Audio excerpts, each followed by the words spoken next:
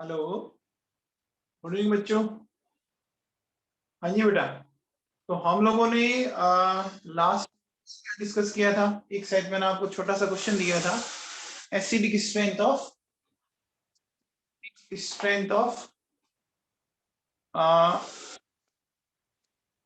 Oxy acids of phosphorus, ये question दिया था मैंने आप लोगों को, है ना।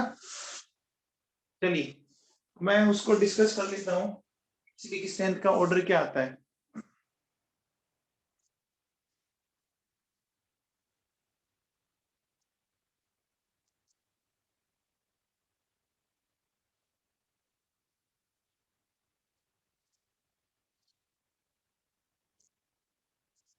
ठीक है बच्चों, देंगे एसिडिक स्ट्रेंथ का ऑर्डर। तो बताता हूँ मैं आप लोगों को। देखो, हमारे पास ये एसिड है H3PO2, H3PO3, H3PO4। ठीक, वेरी गुड आयुषी मोदी। अब देखिए, अगर मैं इसमें से एक H निकाल देता हूं, इसमें से भी एक H हटा देता हूं, और इसमें से भी मैं एक H हटा देता हूं, तो ये वाली पिक्चर बनेगी।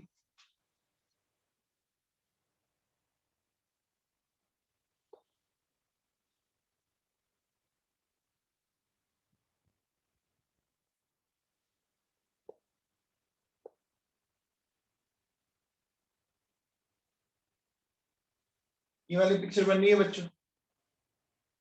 अब ध्यान दीजिएगा अच्छे से, समझो।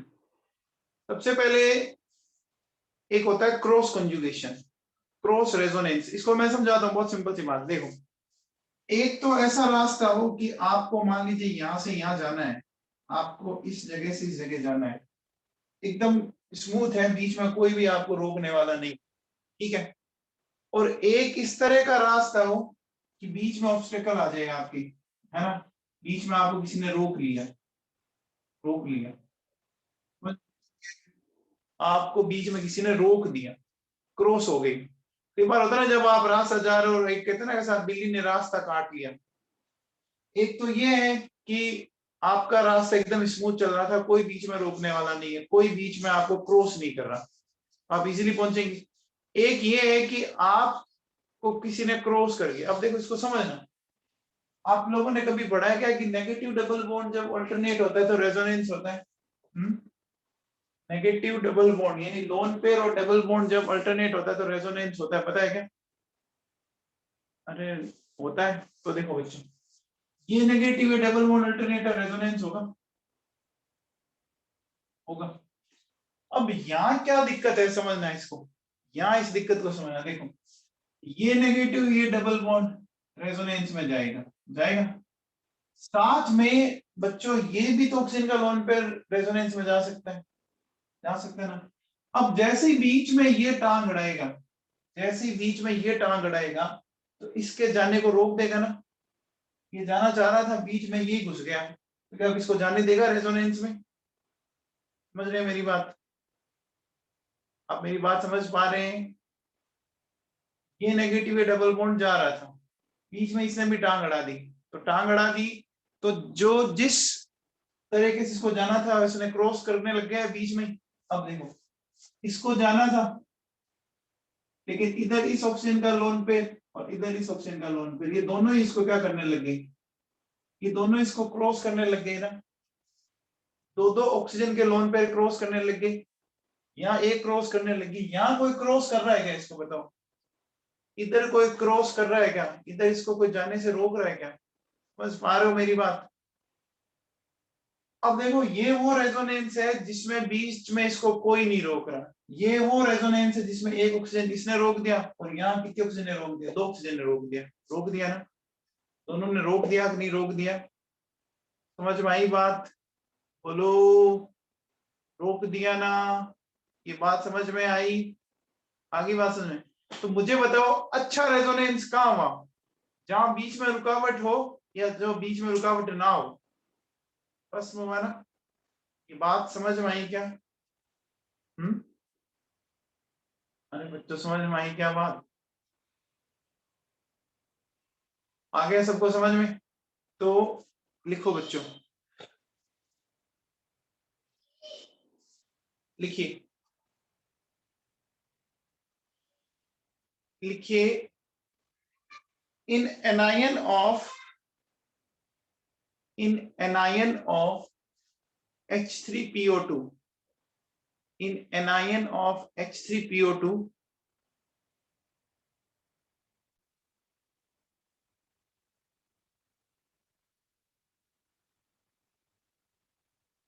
H3PO2, there is no cross resonance या no cross conjugation, no cross resonance, no cross resonance. But in the anions of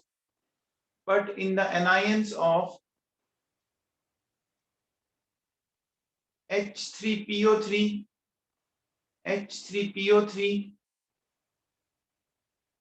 and H3PO4,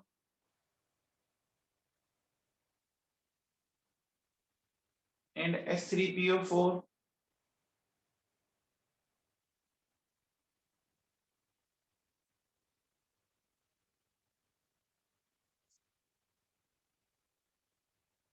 lone pair of other oxygen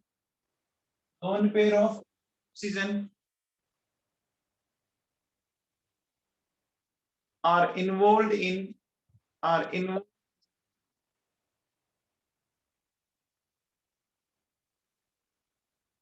cross conjugation, are involved in cross conjugation, are involved in cross conjugation.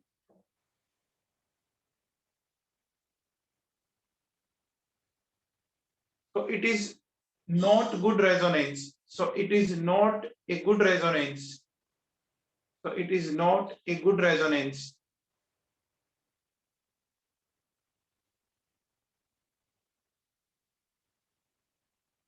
But in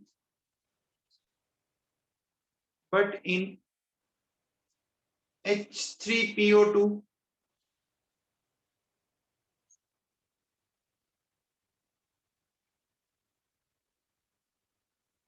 resonance is very good.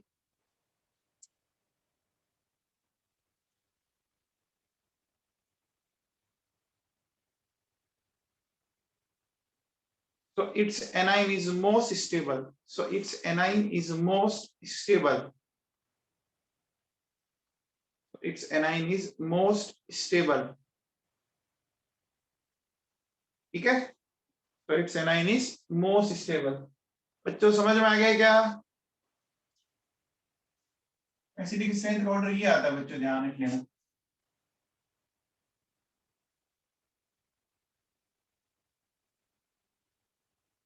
Acidic strength का order ये आता है, ध्यान दे लीजिएगा। ठीक है ना बच्चों, बात समझ में आई? अरे बात समझ में आई क्या?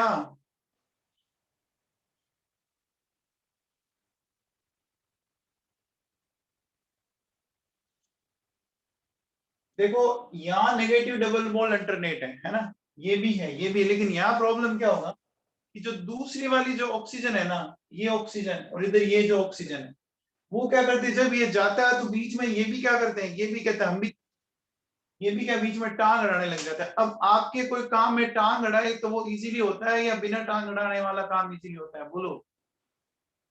यहाँ कोई टांग अड़ाने वाला नहीं है, यहाँ ये टांग अड़ा रहा है एक ऑक्सीजन, यहाँ ये बीच में दो टांग अड़ा रहे हैं, है ना? तो कंफर्म सी बात है, ये वाला ज्यादा बेटर है ना बच्चों। समझ में आ गया? समझ में आ गया बच्चों? ठीक है चलिए, ओके नाउ अब आप हेडिंग डालो बच्चों, नेक्स्ट हेडिंग डालिए, हेडिंग डालो बच्चों नाइट्रोजन, हेडिंग डालिए नाइट्रोजन।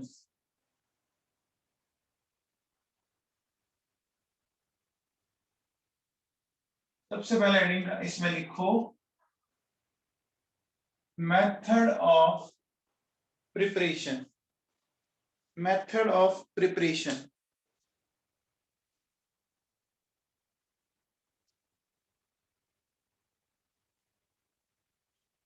मैं लिखो नंबर 1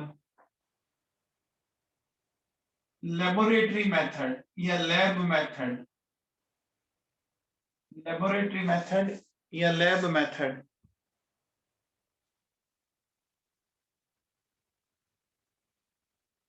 लेबोरेटरी मेथड देखिए, in laboratory, in laboratory it is prepared by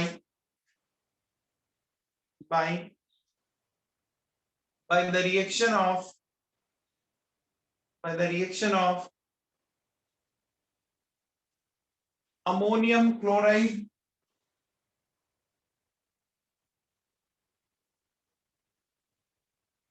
and sodium nitrite, ammonium chloride and sodium nitrite. देखिए कैसे, ammonium chloride and sodium nitrite. ये बच्चों ये ammonium chloride and sodium nitrite का फॉर्मूला है, ठीक है। अब देखिए क्या होगा, ये इसके साथ चला गया, देखो चला गया NaCl, पीछे क्या मिला आपको,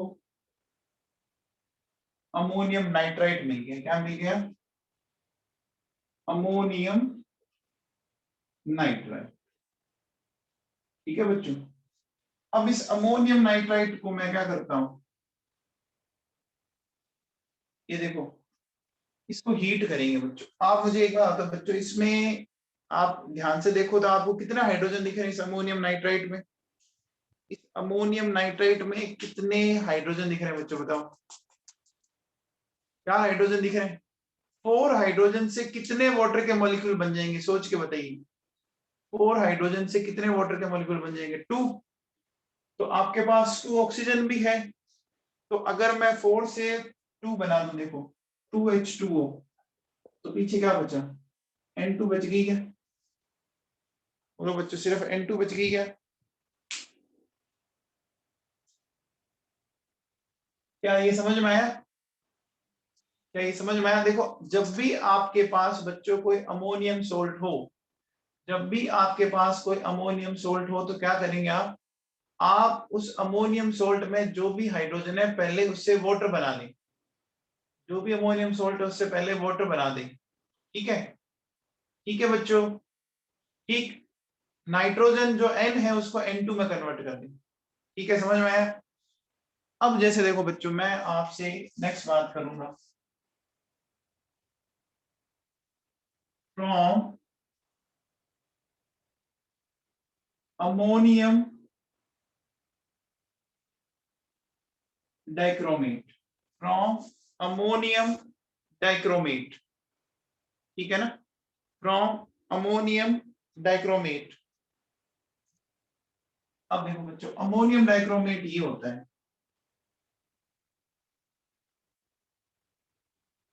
सबसे पहले एक बात बताओ, इस अमोनियम डाइक्रोमेट में आपको टोटल कितने हाइड्रोजन दिख रहे हैं, सोच के बताइए। अमोनियम डाइक्रोमेट में टोटल कितने हाइड्रोजन दिख रहे हैं, देखो 4 अमोनियम है, 2 अमोनियम है, तो 8 दिख रहे हैं। तो 8 हाइड्रोजन से कितने वाटर बन जाएंगे बच्चों बताओ, 8 हाइड्रोजन से कितने वाटर, 4 बन जाएंगे, बना दो, बना दी। अच्छा अब बताओ इधर नाइट्रोजन कितनी दिख रही है, इधर नाइट्रोजन कितनी दिख रही है, 2 दिख रही है, N2 बन जाएगा, बन जाएगा। अब बताओ अब क्या बच रहा है, पीछे जो बच रहा है उसको लिख दो। अब क्या बच रहा है, देखो 2 तो क्रोमियम Cr2 और कितनी ऑक्सीजन, 3 ऑक्सीजन, Cr2O3 हो गया, Cr2O3 हो गया बच्चों। ये बात आप लोगों को समझ में आई? आगे बच्चों, अमोनियम सोल्ट का जब भी आए आपको क्या करना है बच्चों, जो हाइड्रोजन है उसको वाटर में कन्वर्ट कर दो, ठीक है। नाइट्रोजन N है उसको N2 में कन्वर्ट कर दो, और बाकी जो अगर कुछ बच रहा है तो उसको जोड़ के लिख दो, खत्म। बस इतना सा करना है। कर सकते हैं अपन, कर सकते हैं। चलिए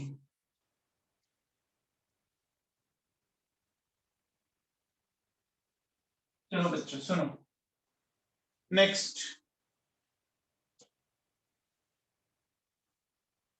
अब देखिए बच्चों, नेक्स्ट देखिए बच्चों, नेक्स्ट अपन लेते हैं फ्रॉम मेटल एजाइड्स। एजाइड जानते हो बच्चों किसको बोलते हैं? एजाइड इसको बोलते हैं N3-1 को, इसको बोलते हैं एजाइड आयन। क्या बोलते हैं? एजाइड आयन बोलते हैं इसको। अब देखिए बच्चों, जैसे सपोज मेरे पास है NaN3, इसको हीट करें,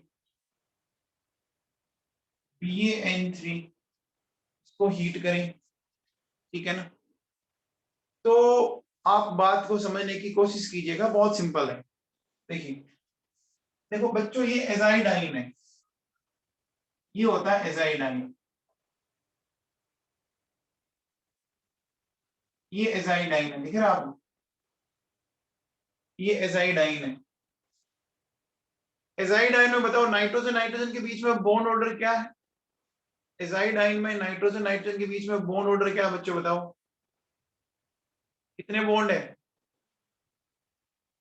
नाइट्रोजन नाइट्रोजन के बीच में कितने बॉन्ड है? दो बॉन्ड है ना।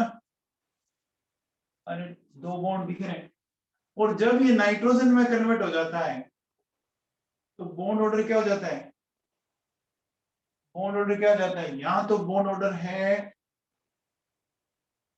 2, और यहां बॉन्ड ऑर्डर हो जाएगा 3, 2 और 3, दिख रहा है बच्चों? बॉन्ड ऑर्डर 3 हो गया। तो मुझे बताओ, जब 2 से बॉन्ड ऑर्डर 3 होगा तो स्टेबिलिटी राइज करेगी कि नहीं करेगी? जब बॉन्ड ऑर्डर 2 से 3 होगा तो स्टेबिलिटी राइज करेगी कि नहीं करेगी?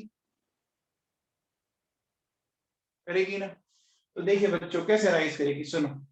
ये सोडियम यहां से निकला और पीछे मिल गया हमें N, इसको बैलेंस करने के लिए इधर 3 था तो उसको मैंने कर दिया, हो गया बच्चों। ये समझ में आया? ये एजाइड है वो इस तरह से आपके उड़ जाते हैं। इसी तरह से देखो बच्चों, जैसे ये मेरे पास हो गए बच्चों, समझ में आया ये रिएक्शन क्यों हुई? अरे समझ में आया क्या ये रिएक्शन क्यों हुई? अब देखो बच्चों, ये जो नाइट्रोजन मिल रही है ना, ये बच्चों अल्ट्रा प्योर नाइट्रोजन है, ultra pure, ultra pure nitrogen है। अच्छा, ये क्वेश्चन बच्चों हर एग्जाम में आ चुका, चाहे वो 12th हो, चाहे वो जेई हो, और चाहे नीट हो। ये जो रिएक्शन है वो बहुत इंपॉर्टेंट है ना? ये रिएक्शन बहुत इंपॉर्टेंट है। अच्छा आप देखो बच्चों, आपके सामने ये एग्जाम्पल 7.3 है, देखिए आपको दिख रहा है क्या? दिख रहा है बच्चों? Right the reaction of thermal decomposition of sodium azide. देखिए बच्चों, दिख रहा है क्या? दिख रहा है? ये इंटेक्स क्वेश्चन है। अच्छा अब देखो बच्चों, यहां पर एक चीज समझना, ये जो एजाइड्स है ना, ये एजाइड्स आपको पता है कहाँ यूज होते हैं? आपको पता है बच्चों कहाँ यूज आते हैं एजाइड्स? बच्चों फोर व्हीलर के अंदर एक कॉन्सेप्ट होता है एयर बैग का, होता है क्या? फोर व्हीलर के अंदर एयर बैग का कॉन्सेप्ट होता है, सुना ही होगा एयर बैग के बारे में, तो आजकल तो बहुत कॉमन है। फोर व्हीलर्स के अंदर एयर बैग आते हैं बच्चों।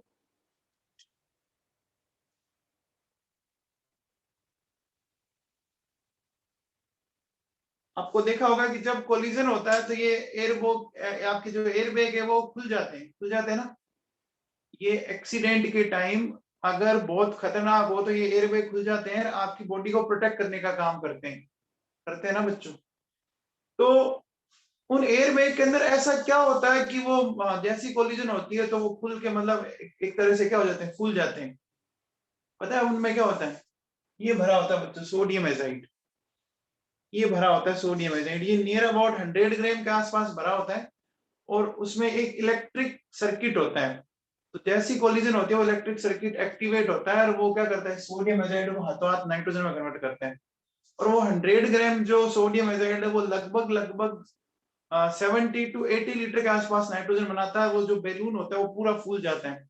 तो जैसे आप पीछे बैठे हो, आपके सामने स्टीयरिंग या जो भी है, तो वो जो आपका गाड़ी का पार्ट है और आपके बीच में वो बैलून आ जाता है पूरा का पूरा। वो आपको क्या करता है, प्रोटेक्ट करने का काम करता है। तो ये जो है ना, ये यूज कहाँ होता है बच्चों, पता लगा आपको? एजाइड्स का यूज होता है एयरबैग के अंदर। ठीक है, ठीक है, चलिए अब अपन आगे चलते हैं बच्चों। नेक्स्ट,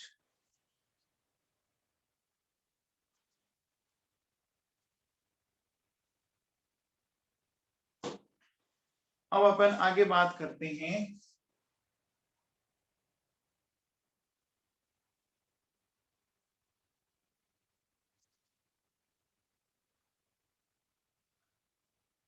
हेडिंग डालो इंडस्ट्रियल प्रोडक्शन।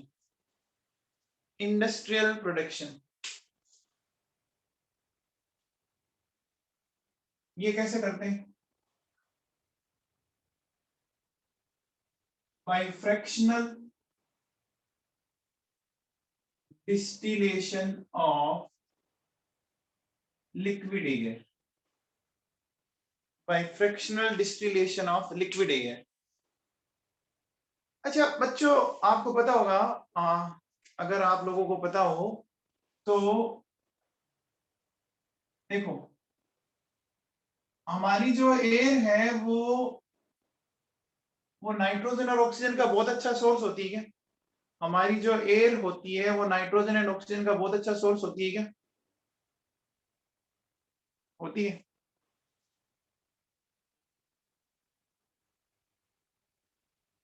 होती है। तो अब देखो बच्चों, नाइट्रोजन एंड ऑक्सीजन दोनों का बॉइलिंग पॉइंट अलग अलग होता है, पता है क्या? नाइट्रोजन एंड ऑक्सीजन दोनों का बॉइलिंग पॉइंट अलग अलग होगा। क्यों? देखो, नाइट्रोजन एंड ऑक्सीजन का मोलिकुलर मास अलग अलग है कि नहीं है? नाइट्रोजन एंड ऑक्सीजन का मोलिकुलर मास अलग अलग है कि नहीं है ना बच्चों? बोलो बेटा, नाइट्रोजन एंड ऑक्सीजन का मोलिकुलर मास अलग अलग है। तो मोलिकुलर मास अलग अलग होने के कारण देखो, इसका मोलिकुलर मास तो 28 होता है, इसका होता है 32।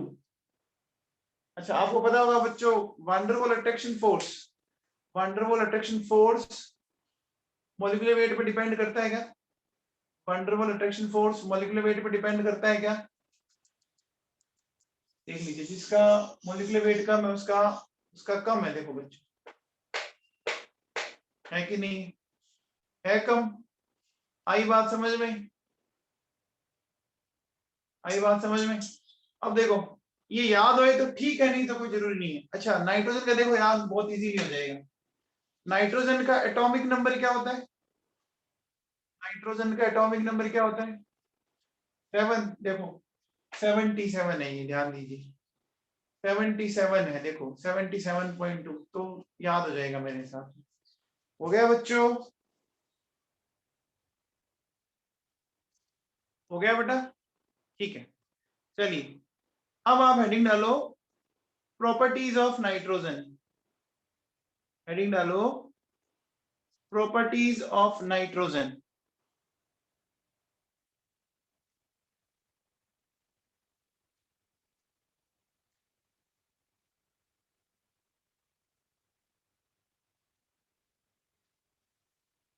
लिखो। देखो क्या बोलते हैं, ये इसका कोई कलर नहीं होता, कलरलेस है ये टेस्टलेस है, odourless, and non toxic gas होती है, कलरलेस, टेस्टलेस, ऑर्डरलेस, है ना, colourless, tasteless, odourless and non toxic gas.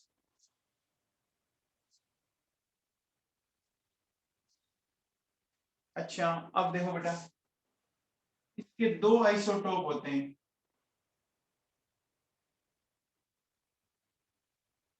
Nitrogen 14, nitrogen 15, दो आइसोटोप है बच्चों, नाइट्रोजन 14 एंड नाइट्रोजन 15,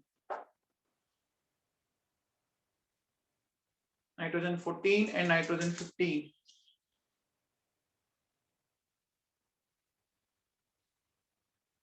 ठीक है,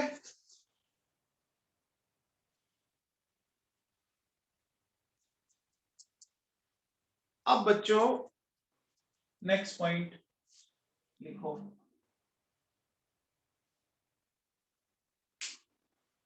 लिखो at room temperature, at room temperature nitrogen is almost inert, at room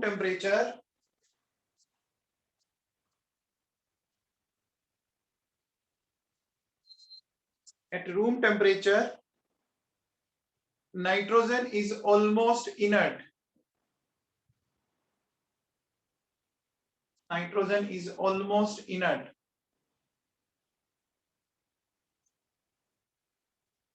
because of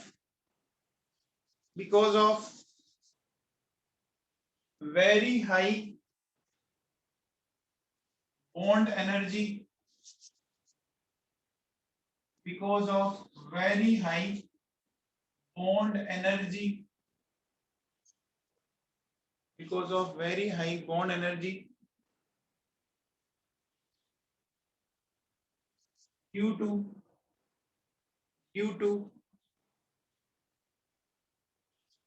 high bond order, due to high bond order। अच्छा एक बात बच्चों, नाइट्रोजन जो है तो बॉन्ड ऑर्डर क्या आता है बच्चों बताओ, नाइट्रोजन का बॉन्ड ऑर्डर 3 आता है।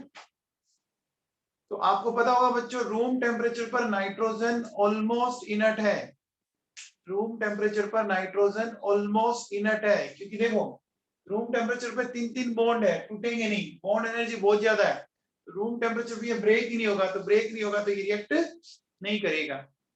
समझ में आ गया?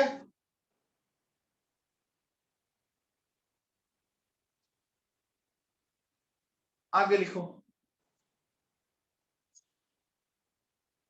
आगे लिखिए, however reactivity increases, however reactivity increases with the rise in temperature, with the rise in temperature,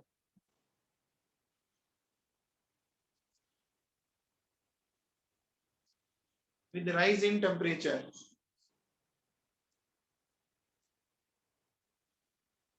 at higher temperature, at higher temperature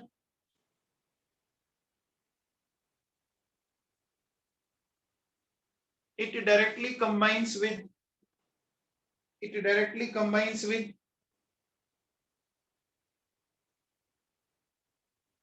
some metals, some metals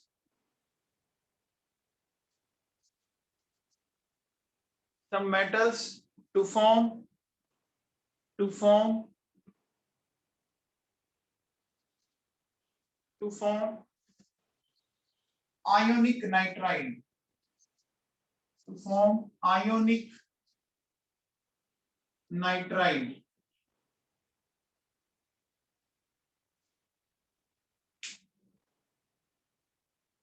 and with non-metals, and with non-metals, and with non-metals, and with non-metals form, and with non-metals form covalent nitride, covalent nitride,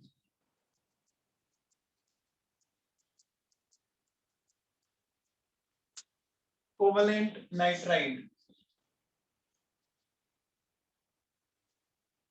ठीक है ना, ठीक है।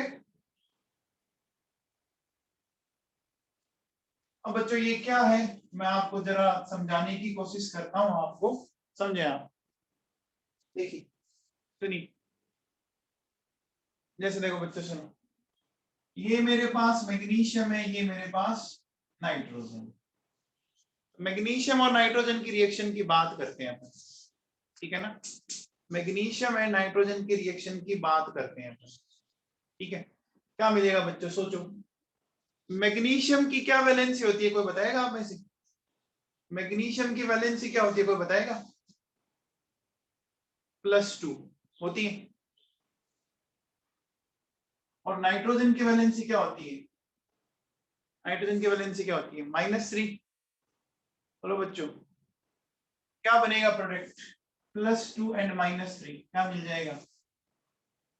Mg3N2, ये मिल जाएगा क्या?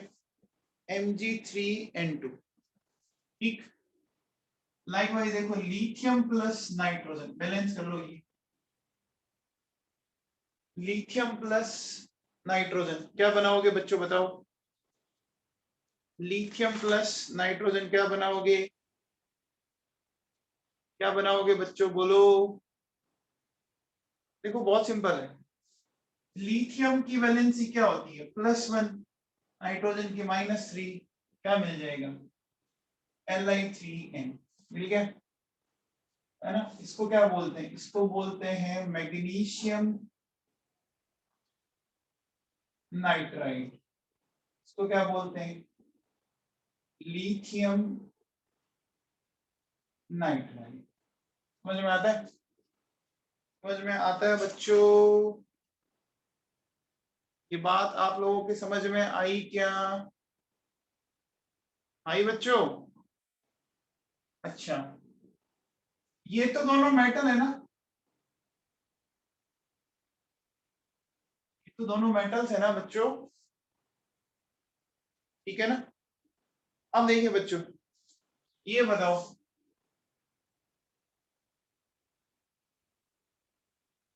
अब ये हाइड्रोजन के साथ कंबाइंड हो रहा है नाइट्रोजन, तो हाइड्रोजन मेटल है कि नॉन मेटल है? हाइड्रोजन मेटल है कि नॉन मेटल है? नॉन मेटल है ना। तो यहां मिलता है आपको NH3, ये तो याद होगा, होगा।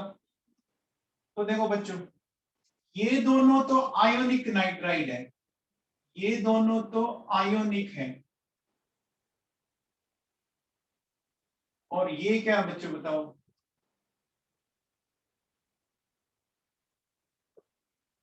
कोवलेंट है कि नहीं है? है जो आयोनिक एंड कोवलेंट, समझ में आया? अच्छा, ये रिएक्शन याद है, कौन सी रिएक्शन होती है बच्चों, बताओ। ये रिएक्शन कौन सी होती है? याद करो, आप लोगों ने इसको पढ़ा था सरफेस केमिस्ट्री के अंदर, हैबर्स प्रोसेस। हैबर प्रोसेस पढ़ा था, हैबर प्रोसेस पढ़ा था बच्चों। Fe इसमें एज ए कैटलिस्ट होता है, एंड MO इसमें क्या होता है? प्रमोटर होता है। बताया मैंने आपको, कैटलिस्ट एंड प्रमोटर, है ना। चलिए, तो ये बात आप लोगों को समझ में आ गई फिर, ठीक है। अब देखो बच्चों सुनो,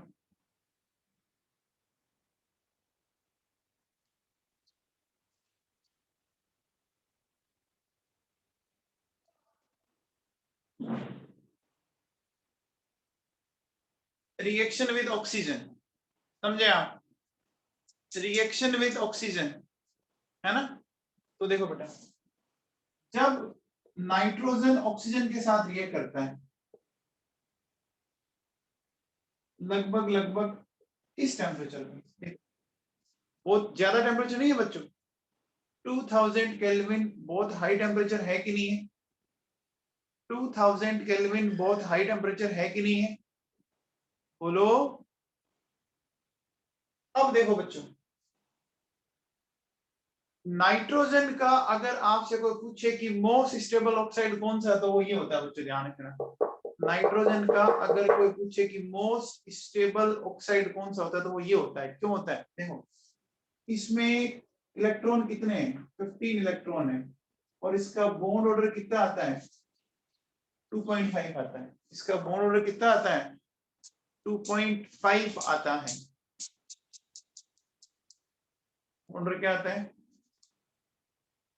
बॉन्ड ऑर्डर क्या आता है इसका? 2.5 आता है इसका। ठीक है ना? 15 जिसमें इलेक्ट्रॉन होते हैं उसका बॉन्ड ऑर्डर बच्चों 2.5 आता है। ठीक है। अच्छा ये रिएक्शन एंडोथर्मिक होती है एक्सोथर्मिक होती है? बताओ ये रिएक्शन एंडोथर्मिक होती है एक्सोथर्मिक होती है? देखो मैंने आपको बताया था मोस्ट ऑफ रिएक्शंस आपकी एक्सोथर्मिक होती है ऑक्सीजन के साथ, लेकिन नाइट्रोजन के साथ जो रिएक्शन है ना वो एक्सोथर्मिक नहीं है, वो एंडोथर्मिक है। ये रिएक्शन एंडोथर्मिक है बच्चों, ये रिएक्शन एंडोथर्मिक है, ध्यान रखिएगा आप लोग। ठीक है ना? ध्यान रखना। अच्छा बच्चों एक बात बताओ,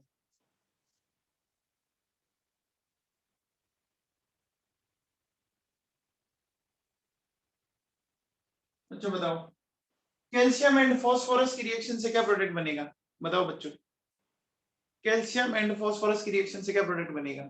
बताइए।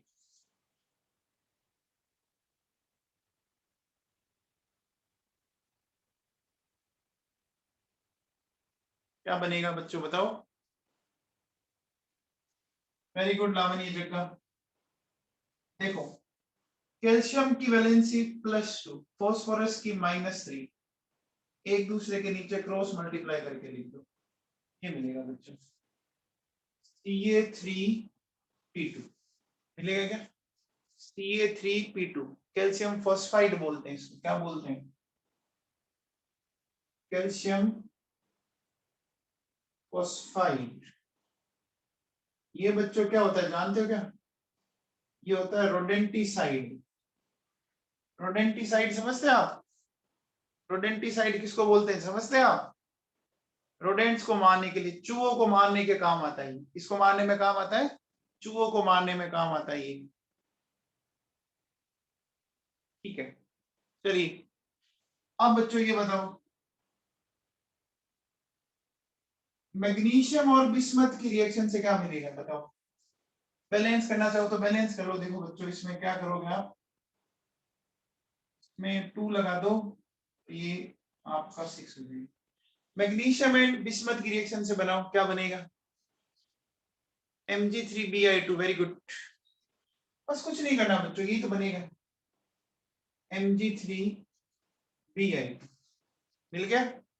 Mg3Bi2 मिल गया बच्चों?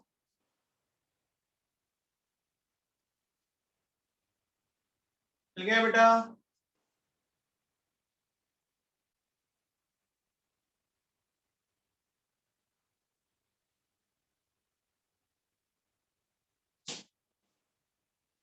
बताओ।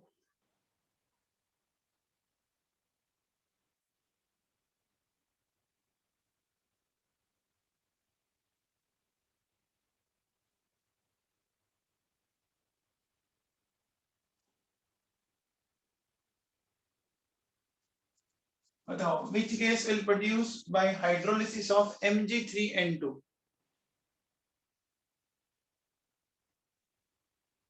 का नाम हो जाएगा मैग्नीशियम बिस्मथाइड। जैसे ये नाइट आपका फोस्फाइड है, बिस्मथाइड।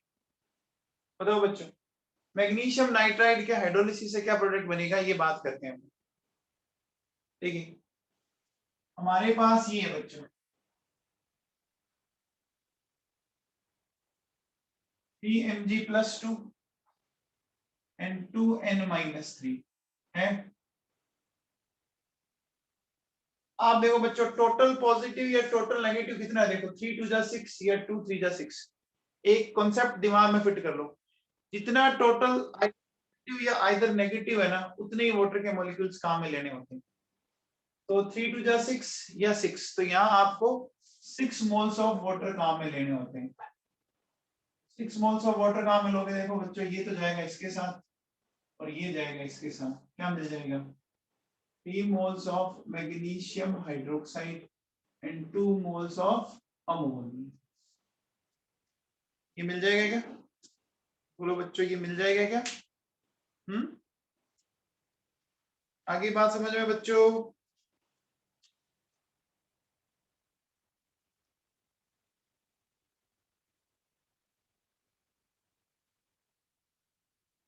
हो गया बेटा?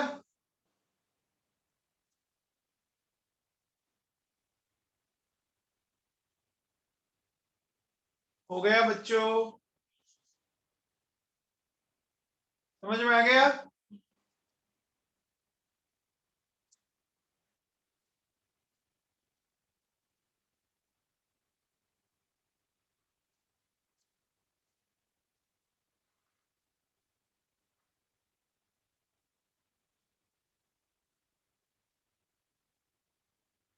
अब देखो बेटा, सुनो।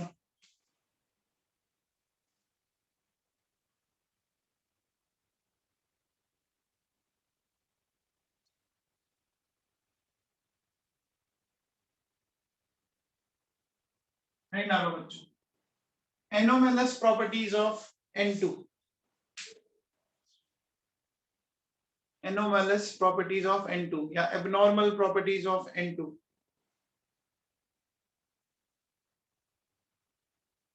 देखिए, nitrogen differs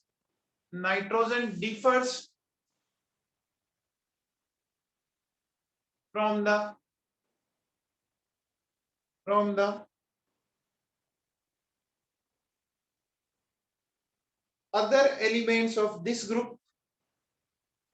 other elements of this group due to following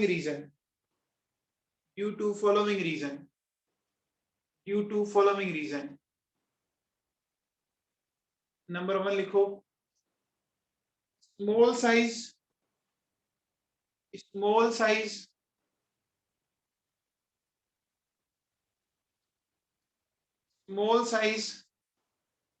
फिर लिखो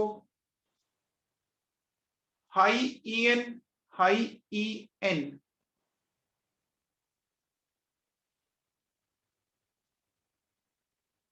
फिर लिखो हाई आयोनाइजेशन एंथैल्पी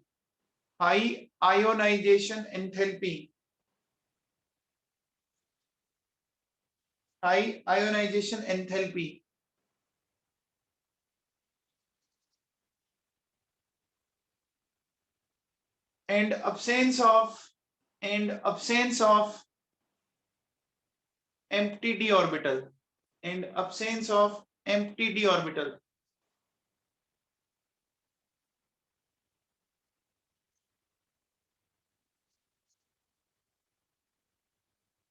ठीक है, absence of empty d orbital। तो अब ये बताओ बच्चों, अगर आपसे कोई पूछे कि नाइट्रोजन मैक्सिमम कितने बॉन्ड बना सकता है? कितने बॉन्ड बना सकता है नाइट्रोजन मैक्सिमम? 4 बॉन्ड बना सकता है। 3 तो आपके होंगे कोवलेंट, 1 होगा कोऑर्डिनेट, है ना? 4 से ज्यादा बॉन्ड तो नहीं बना सकता। ठीक है बच्चों, नाइट्रोजन कैन फॉर्म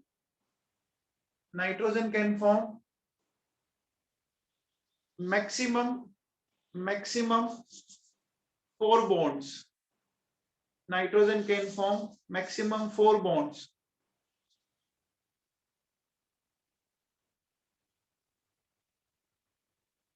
क्रिकेट में लिखो 3 covalent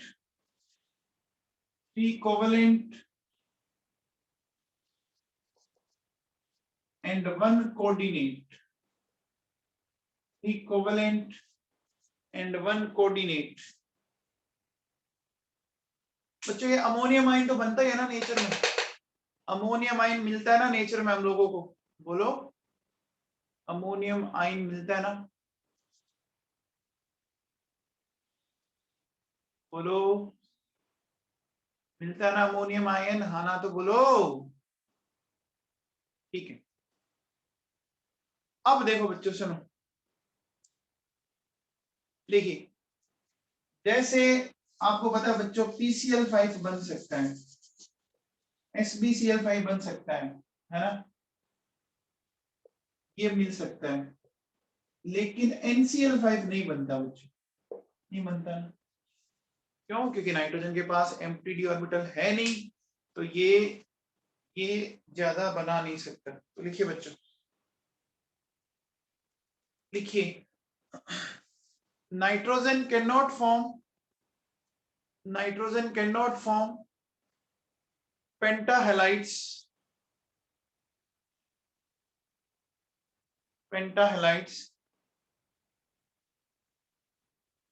while other can form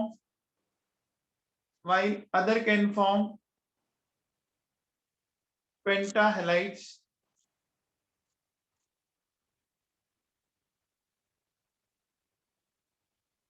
due to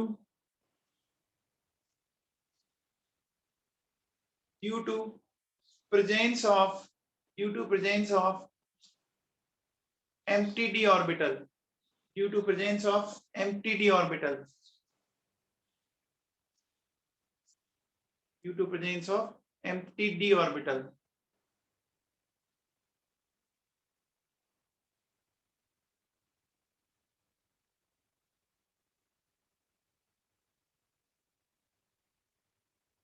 ठीक है, अब देखो एक बात आप ध्यान रखना, नाइट्रोजन की कोवेलेंसी 5 नहीं हो सकती, लेकिन नाइट्रोजन की ऑक्सीडेशन स्टेट तो 5 आती है, पता है क्या? ये बच्चे बहुत बड़ी गलती करते हैं। कोवेलेंसी अलग चीज होती है एंड इलेक्ट्रोवेलेंसी अलग चीज होती है ना। देखो बच्चों, जैसे अगर मैं आपसे बोलूं HNO3 है, तो HNO3 में नाइट्रोजन की ऑक्सीडेशन स्टेट बताओ। हाइड्रोजन का 1, नाइट्रोजन का X, 3 ऑक्सीजन है -6, तो X की वैल्यू 5 आ गई। तो नाइट्रोजन +5 ऑक्सीडेशन स्टेट तो दिखाता है, लेकिन नाइट्रोजन 5 बॉन्ड नहीं बनाता। दोनों बातें अलग अलग है। अभी मैंने क्वेश्चन दिया था पेपर में, और आप में से बहुत से बच्चों ने उसको गलत किया है, आप में से बहुत सारे बच्चों ने उसको गलत किया है। अरे दोनों बातें अलग है, ऑक्सीडेशन स्टेट अलग है, कोवेलेंसी अलग है, पता है क्या?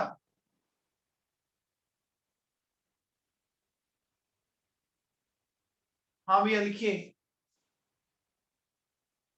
लिखो, लिखिए nitrogen can represent +5 oxidation state, nitrogen can represent +5 oxidation state,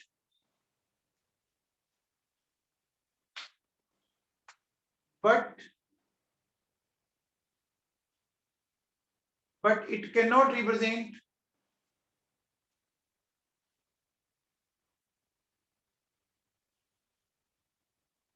but it cannot represent 5 covalency, 5 covalency। ये बात समझ में आई?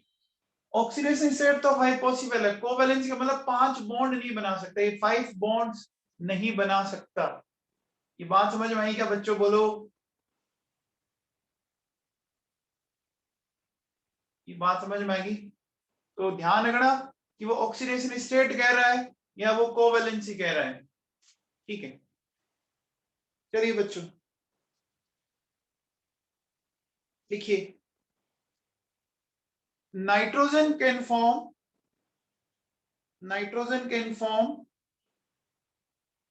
p multiple bond, nitrogen can form p multiple bond with itself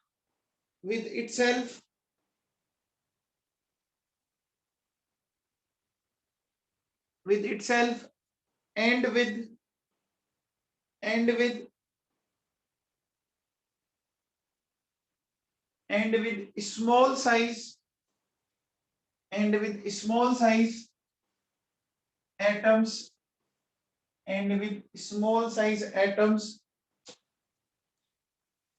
like carbon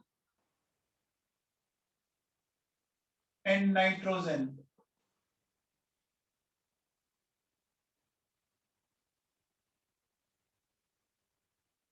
होता है बच्चों ऐसा? देखो नाइट्रोजन अपने साथ ट्रिपल बॉन्ड बना सकता है, कार्बन के साथ बना सकता है, ये डबल बॉन्ड ऑक्सीजन बना रहा है, बना रहा है कि नहीं बना रहा। तो बच्चों देखो यहाँ अगर आप ध्यान दो तो ये तो कौन सा बॉन्ड है, सिग्मा बॉन्ड है, और ये दोनों कौन से बॉन्ड है, ये कौन से बॉन्ड है, पाई बॉन्ड है है बच्चों, पाई बॉन्ड। तो अच्छा अब देखो नाइट्रोजन का कॉन्फ़िगरेशन क्या होता है, 2s2 2p3, ये 2s2 ये 2p3,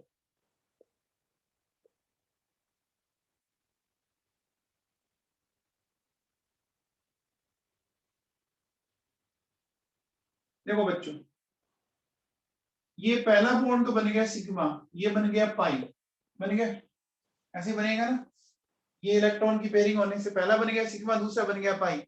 तो जो पाई बॉन्ड बना ना, उस पाई बॉन्ड को अपन क्या बोलेंगे, वो जो पाई बॉन्ड है वो कौन सा है, वो पी पाई बॉन्ड है। कौन सा बॉन्ड है, पी पाई बॉन्ड है। कौन सा बॉन्ड है, पी पाई बॉन्ड। पी पाई क्यों, क्योंकि पी ऑर्बिटल यूज आ रहे, पी ऑर्बिटल यूज आ रहे कि नहीं आ रहे, अरे आ रहे हैं ना।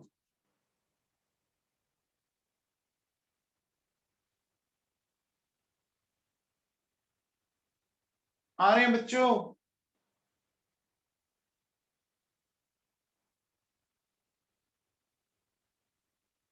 ये समझ में आया क्या, ये समझ में आया। तो बच्चों नाइट्रोजन ऐसा क्यों कर पाता है बच्चों बताओ, नाइट्रोजन ऐसा क्यों कर पाता है बच्चों बताओ। नाइट्रोजन का साइज छोटा है ना, तो छोटा साइज होने के कारण देखो बच्चों जो ओवरलैपिंग होगी वो काफी इफेक्टिव होगी। साइज स्मॉल होने के कारण जो ओवरलैपिंग होगी वो बहुत ही इफेक्टिव होगी, समझ में आया। जैसे ही साइज बड़ा होगा पाई बॉन्ड बनाना मुश्किल हो जाएगा बच्चों, पाई बॉन्ड बनाना मुश्किल हो जाएगा। क्यों, क्योंकि देखो ये इलेक्ट्रॉन तो न्यूक्लियस के काफी पास है, लेकिन ये इलेक्ट्रॉन न्यूक्लियस से काफी दूर चले जाएंगे, चले जाएंगे कि नहीं चले जाएंगे।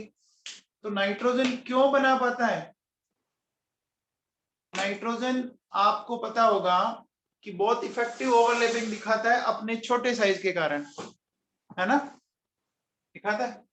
तो लिखो बच्चों,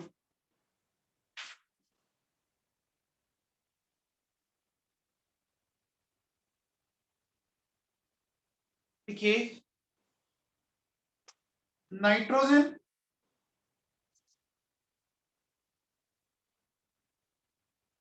nitrogen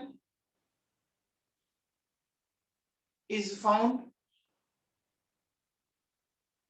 as a diatomic molecule, as a diatomic molecule with a triple bond, with a triple bond,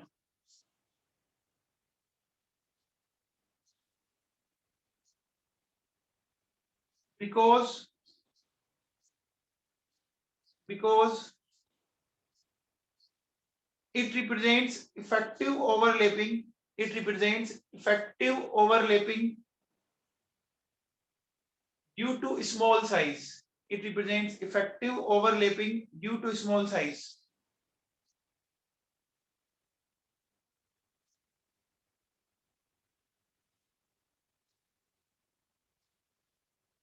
ठीक है,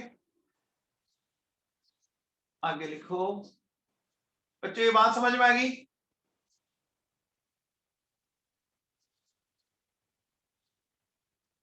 आगे लिखो बच्चों, लिखो फॉस्फोरस आर्सेनिक एंटीमनी। आगे लिखो बच्चों, phosphorus arsenic antimony, phosphorus arsenic antimony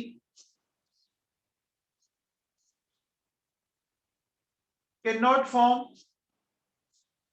cannot form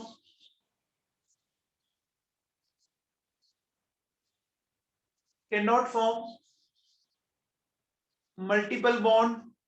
multiple bond with itself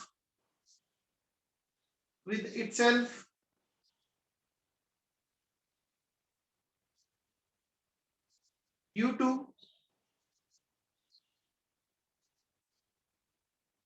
to their large and diffuse size, due to their large and diffuse size.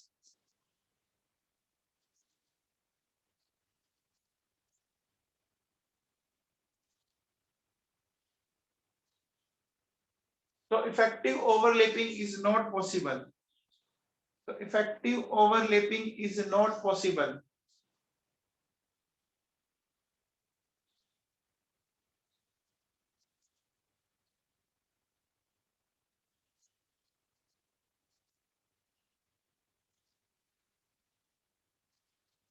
हो गया बच्चों? ये बात समझ में आई? ये बात समझ में आई? बच्चों देखो, साइज जितना स्मॉल होगा अच्छे से वो क्या करेगा, इफेक्टिव ओवरलैपिंग दिखाएगा। साइज बड़ा होगा तो इफेक्टिव ओवरलैपिंग नहीं दिखा पाता है, ठीक है ना। अब देखो बच्चों, लिखो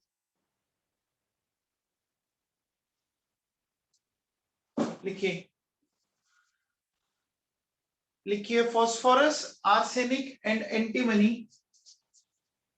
phosphorus, arsenic and antimony. Phosphorus, arsenic and antimony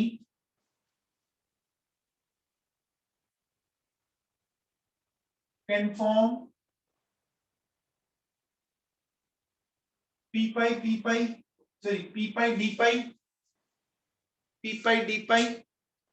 and d pi bond can form p pi d pi and d pi bond.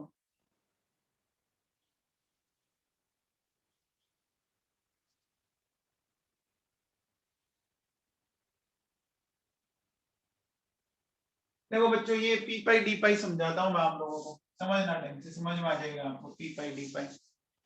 बच्चों ये बताओ,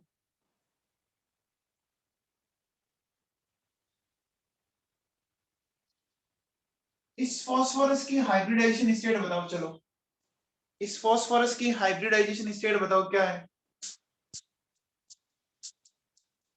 sp3 है ना, पक्का sp3 है।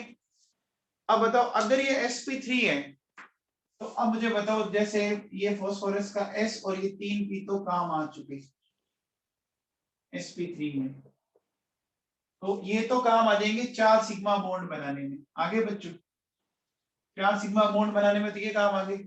तो अब बच्चों ये जो पाई बॉन्ड बचा हुआ है, फिर ये जो बॉन्ड है, ये पाई बॉन्ड किससे बनाएगा? फिर ये अपने किस ऑर्बिटल से बनाएगा? डी से बनाएगा। तो ये कौन सी बॉन्डिंग हुई बच्चों बताओ? डी पाई पी पाई बॉन्डिंग हुई कि नहीं हुई? डी पाई पी पाई या पी पाई डी पाई, जो भी आप लिखना चाहें, दोनों सही है, ठीक है। अब इसी तरह देखो बच्चों, जैसे सपोज मेरे पास ये है, अगर मैं इस तरह से ले लेता हूं, ये आर आपको याद होगा, रेडिकल, एल्किल रेडिकल बताया था मैंने आप लोगों को।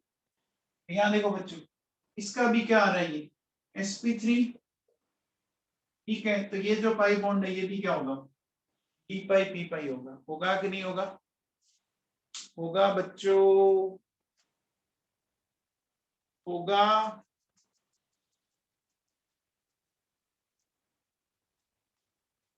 समझ में आया बच्चों? पी पाई डी पाई बॉन्ड, पी पाई डी पाई बॉन्ड आपको समझ में आया बच्चों? ठीक,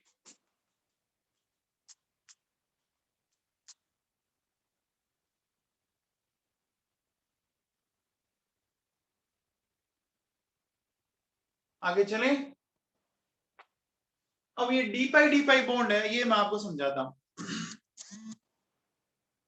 ये डी पाई बॉन्ड है, ये समझते हैं अपन। देखो ये कैसे बनेगा, इसको समझो।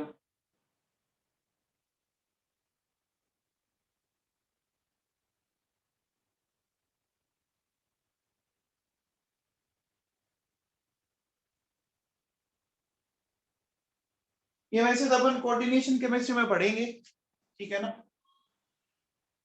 डी पाई बॉन्डिंग लिखो बच्चों, लिखिए D block metals form D pi bonding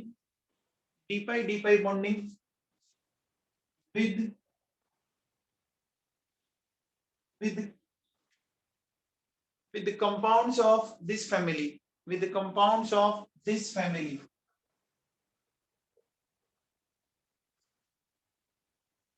With the compounds of this family. ठीक है, कैसे समझते हैं बच्चों? सबसे पहले बच्चों बताओ, क्या आपको फास्फोरस पर एक लोन पेयर दिखाया मैंने आप लोगों को? आर्सेनिक में एक लोन पेयर दिखाया क्या? आप बताओ बच्चों, फास्फोरस के वैलेंसी सेल में कितने इलेक्ट्रॉन होते हैं? फास्फोरस के वैलेंसी सेल में कितने इलेक्ट्रॉन होते हैं? 5। देखो 3 तो आर के साथ बॉन्ड बनाने में चले गए, तो 2 इलेक्ट्रॉन बच गए ना। आप देखो बच्चों समझना, ये फास्फोरस है, ये Pr3 ऐसे लिखिए। यहाँ कोई मेटल है सपोज, ठीक है, यहाँ कोई मेटल है, इस मेटल का मान लो ये एक एम्प्टी ऑर्बिटल है, ठीक है। अब ये फास्फोरस का जो लोन पेयर है ना, वो यहाँ इस तरह से, ये फास्फोरस का लोन पेयर है। तो यहाँ देखो बच्चों, इसने लोन पेयर दिया एक तरह से, ये वाला, ये तो पहले बन गया सिग्मा बॉन्ड बन गया क्या? ये तो सिग्मा बॉन्ड बन गया क्या? पहले बोलो बच्चों, फास्फोरस, ये देखो, ये समझ रहे हो क्या मेरी बात? ये ऐसा ऑर्बिटल का मतलब ये तो है एम्प्टी, और ये क्या है, इसमें इलेक्ट्रॉन है, फिल्ड ऑर्बिटल है ये, है। अब बात को समझे आप। अब डी ब्लॉक के मेटल है तो बच्चों इनके पास डी ऑर्बिटल तो होंगे ही होंगे।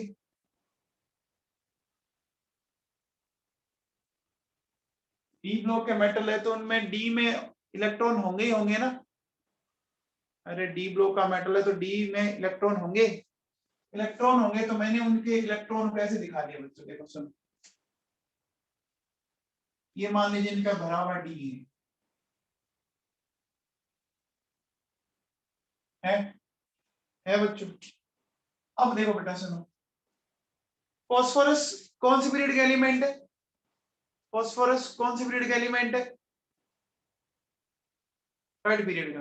तो थर्ड पीरियड में एम्प्टी ऑर्बिटल होते हैं क्या?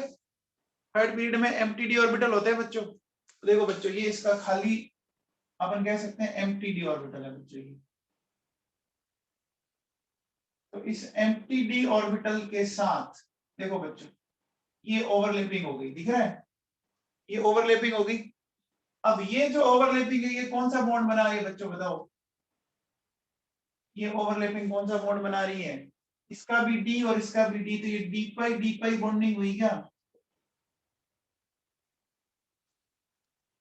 अरे डी पाई बॉन्डिंग हुई क्या? ये बात सही क्या? बोलो, समझ में आ गया मामला? बच्चों डी ब्लॉक एलिमेंट होंगे तो उनमें डी में इलेक्ट्रॉन होगा। फास्फोरस थर्ड पीरियड के एलिमेंट, इसमें खाली डी पड़ा है, तो यहां से इलेक्ट्रॉन इधर शिफ्ट करके एक नहीं कर गए। ये बात आप लोगों के भेजे में बैठ गई क्या? ये वैसे अपना चैप्टर आएगा कोऑर्डिनेशन केमिस्ट्री, उसमें भी अपने को डिस्कस करना ही। हो गया बेटा? आपको पता होगा ना, साइड बाय साइड जो ओवरलैपिंग होती है वो पाई बॉन्ड बनाती है, और हेड टू हेड होती है वो सिग्मा बॉन्ड बनाती है। चलिए, बना लिया डायग्राम सबने?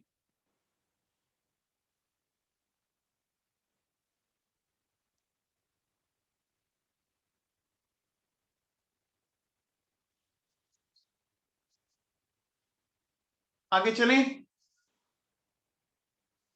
अब देखो बच्चों सुनो,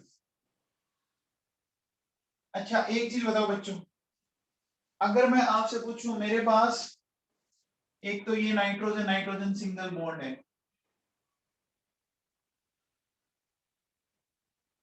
एक ये फॉस्फोरस फॉस्फोरस सिंगल बॉन्ड है, तो इन दोनों में बॉन्ड एनर्जी का ऑर्डर बताना है। इन दोनों में बॉन्ड एनर्जी का ऑर्डर बताना है। बताओ किसकी बॉन्ड एनर्जी ज्यादा होगी? आप लोगों को मैंने बताया था बच्चों, याद करो कि ज्यादा होगी, है ना, क्योंकि इनका साइज छोटा होगा तो यहाँ क्या होगा, स्ट्रॉन्ग इंटरइलेक्ट्रॉनिक रिपल्शन होगा, होगा ना, इधर नहीं होगा, इधर नहीं होगा ना, नहीं होगा ना बच्चों। तो लिखिए बच्चों, लिखिए, due to small size of nitrogen, due to small size of nitrogen,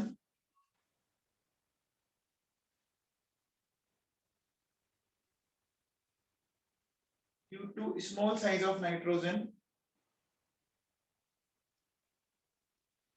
n single bond, n single bond is weaker,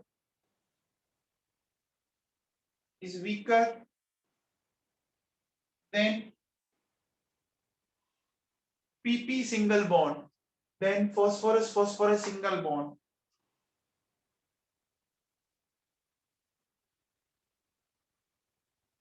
Because of strong, because of strong interelectronic repulsion, because of strong interelectronic repulsion,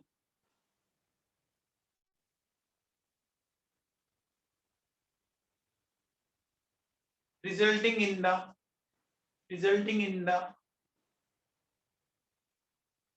decrease in bond energy, resulting in the decrease in bond energy.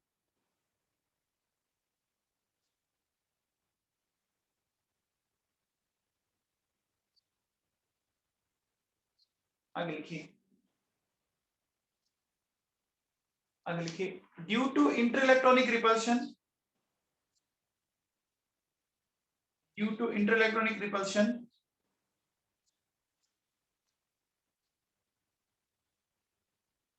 केटनेशन tendency, catenation जानते हो बच्चों,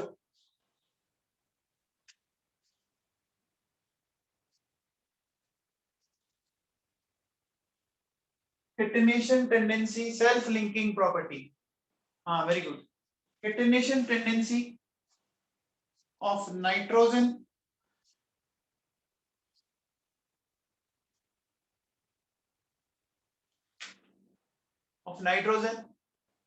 is not good,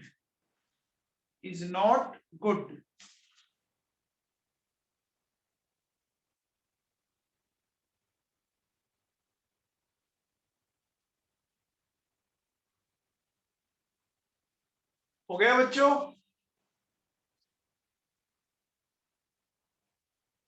अब नीचे लिखो uses of nitrogen, last लिखिए uses of nitrogen, last लिखो बच्चों uses of nitrogen,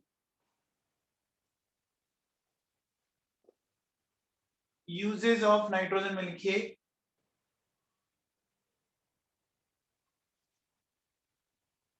it used to produce inert atmosphere, it is used to produce inert atmosphere। Akash Yogi अभी कहां कंप्लीट हो रहा है, inert atmosphere। आगे लिखो, नेक्स्ट लिखो, liquid nitrogen is used,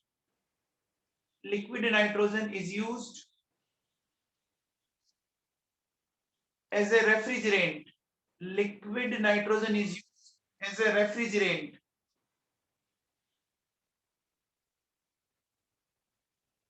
liquid nitrogen is used as a refrigerant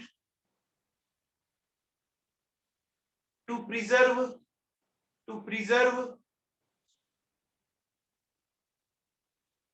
biological material,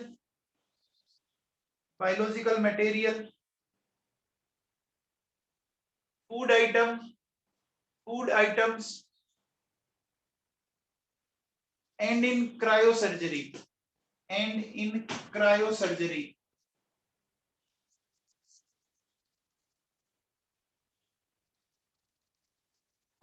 ठीक है। आपको, आप बच्चों जैसे कुरकुरे और के पैकेट लाते हो तो उसमें काफी एयर भरी होती है, वो एयर क्या होती है पता होगी आपको? क्या होती है बच्चों वो एयर? अरे फुले हुए से होते हैं ना, नाइट्रोजन ही होती है, पता है क्या? चलो बच्चों, बाकी कल करते जाना ना, कल तो क्लास ऑनलाइन ही है, परसों से ऑफलाइन लगेगी, ठीक है ना? ऑफलाइन 2 सितंबर से बच्चों।